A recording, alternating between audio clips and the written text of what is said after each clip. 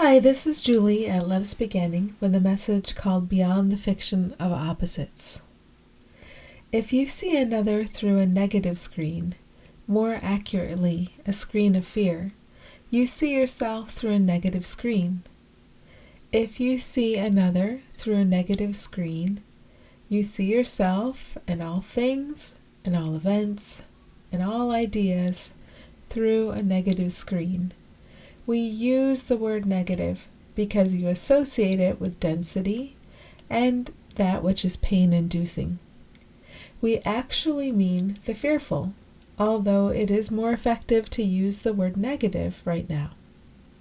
By the fearful, we mean the relative positive and negative, that which seems to need the other to have existence. All tension and stress is caused by thinking associated with looking through the screen of the relative. If there is an absence of strife, even for a moment, you can allow a miracle that assists all beyond this perception of relativity. Although looking through the screen dims your vision, the screen seems to make things little and separate and manageable by a personal self that makes its own decisions.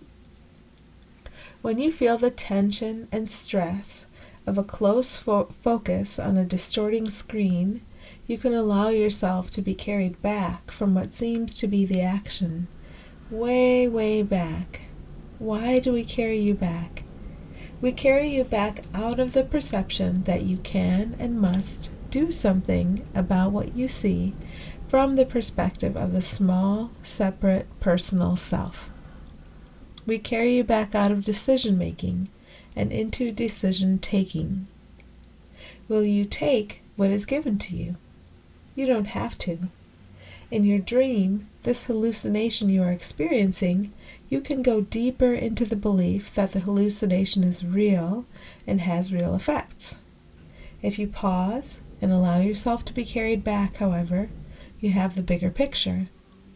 You have enough remembrance to know that you can be guided through the dream by that which gives you decisions.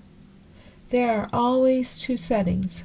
You can stay close to the action, making your own decisions, or you can be pulled back from it, being given decisions that guide you through the dream in peace and love, with a peace and love that you can share.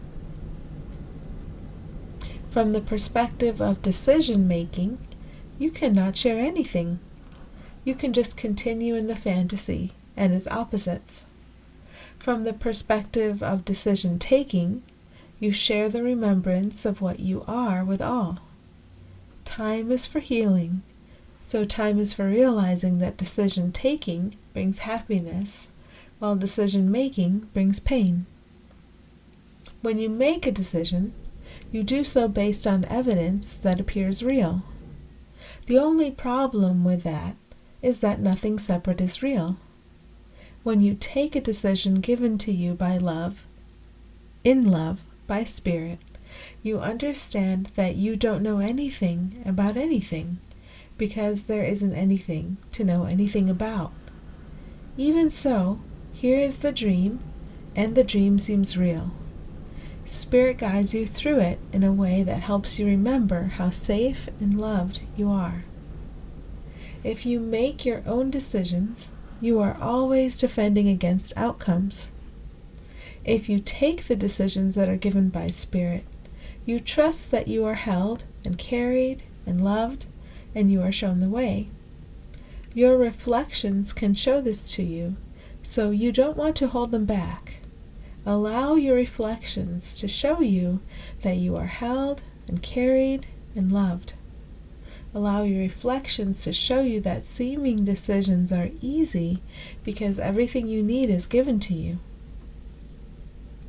Are you ready to let go of the idea of management by a personal self?